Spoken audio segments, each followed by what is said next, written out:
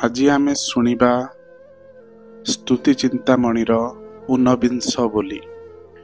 ମୁଁ ପାଠ କରୁଛି ଶାନ୍ତନୁ ତ୍ରିପାଠୀ। ବିଚାର ଆଣନ୍ତେ ବ୍ୟବହାର ବୁଝନ୍ତେ ଅଧିକେ ଉଠିଛି କୋହ, ପଞ୍ଚଭୂତ ଆତ୍ମା କ୍ଷଣେ ସୁସ୍ଥ ନାହିଁ ପୋଡ଼ି ଯାଉଛି ହୃଦୟ। ମୁଁ ଯେ ଏତେ ସରି ହେଉଅଛି ହରି କିମ୍ପା ନ କରୁଛ ଦୟା, ପାଞ୍ଚ ମନ ପଞ୍ଚୁ ଅଗ୍ନିରେ ପୋଡ଼ୁଛି ଯେସନେ କୁରାଳ ଉଆ। ବିଚାର ନ ପଡ଼ି କହୁଥାନ୍ତି ବଢ଼ି କାକର୍ମ କେ ଖୋଳି ନବ, ପ୍ରଳୟ କାଳରେ ସଂଯୋଗ ବେଳରେ ଥାଇ ଯାକୁ ଯେଉଁ ଯୋଗ। ସମୁଦ୍ର ପରାଏ କୃପା ଜଳମୟେ ଅନାଥ ଲୋକର ନାଥ, ଅକର୍ମ ପସରା ଖଣ୍ଡିବାକୁ ଭାରା ଗୁରୁଦେବ ସାମରଥ। ରଙ୍ଗ କଳା ଧଳା ଏକତ୍ରେ ମିଶିଲା ଝାବୋଡ଼ ହୋଇଛି ଧାନ, ଭିନ୍ନ ଭିନ୍ନ କରି ପକାଇବେ ବାରି ଗୁରୁଦେବ ଥିଲେ ଧନ୍ୟ। ବାହ୍ୟକୁ ଲଗାଇ ଲଜ୍ଜାକୁ ଜଗାଇ ମିଛ ପସରାକୁ ସାର, ମହାକାଳ ଫଳ ବାହାରେ ସୁନ୍ଦର ଭିତରେ ପୋଡ଼ା ଅଙ୍ଗାର। ମହିମା ସାଗର ବାନା ତିନି ପୁର ଧୁନି ଯେବେ ଅନାହତ, ବଚନ ନ ମେଣ୍ଟି ପାଦ ତଳେ ଖଟି ଶତ୍ରୁ ଆସି ହେବ ମିତ। ସର୍ବଠାରୁ ଆସି ଏକାନ୍ତରେ ମିଶି ଗୋଳିଆ ହେଉଛି ପାଣି, ଆଦି ଅବଧୂତ କରିବେ ପବିତ୍ର ଜ୍ଞାନ ଖଡ଼ଗରେ ହାଣି।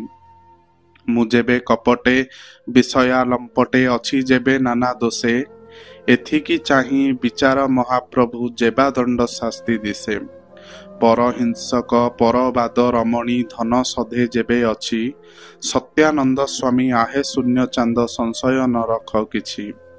ଧ୍ୟାନ ଯୋଗେ ବସି ଦର୍ଶନ ନିବେଶୀ ନାମ ବ୍ରହ୍ମେ ଥିଲେ ଚିତ, ଶ୍ରୀଗୁରୁଦେବ ଯାକୁ କୋପ କରିବେ ହୋଇଯିବ ଭସ୍ମୀଭୂତ। ପୋଡ଼ୁଅଛି ଆତ୍ମା ହୋଇବାକୁ କ୍ଷମା ଶାନ୍ତି କରାଇବ କେହୁ, ପିଣ୍ଡ ଆଦି ତିନି ବ୍ରହ୍ମାଣ୍ଡ ପୋଡ଼ିଲେ ସମ୍ଭାଳି ନୋହିବ ଆଉ। ତିମିର ଅନ୍ଧାର କରି ମହାଘୋର ଘୁଟିଲାଣି ତିନି ପୁର, ଧନ ଦେଖି ମନକୁ ବଳାଇ ଦେଲେ ସାଧୁ ତ ହେଲେଣି ଚୋର। ଦେଖ ଦେଖ ଭାସି ଗଲି ବ୍ରହ୍ମରାଶି ଷୋଲ ପିଣ୍ଡ ଦିଅ ଫିଙ୍ଗି, ସଂସାର ଆତଜାତ ଯେଉଁ ନାବରେ ସେ ନାବ ଲୋଡ଼ଇ ବେଗି। ଅଣକିଳିଣୀ କବାଟ ତଳେ ଥାଇ ଜଣାଉଛି ବାରମ୍ବାର, ପ୍ରଳୟ ଜଳରେ ବୁଡ଼ିଗଲେ ପିଣ୍ଡ ଦୋଷ ନ ଧରିବ ମୋର। ଆଲୋ ହେଲେ ପୃଥି ରହିବ କିରତି ଯାର ତେଜ ଛାୟା ରୂପ, ଅନ୍ଧାରେ ଲୁଚିବୁ ବୋଲୁଛନ୍ତି ନରେ ଲିଭାଇ ଅଛନ୍ତି ଦୀପ।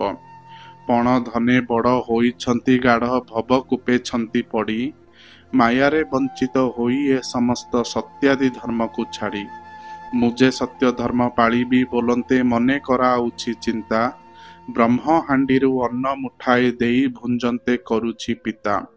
ମୁହିଁ ସିନା ଜାଣିଥିଲି ବ୍ରହ୍ମ ଭାଣ୍ଡେ ପକ୍ୱ ନ ହେଉଛି ପାକ, ପଞ୍ଚୁଭୂତ ଆତ୍ମା ପ୍ରତିବୋଧ କରି ଆଦରି ନିଜ କର୍ମକ।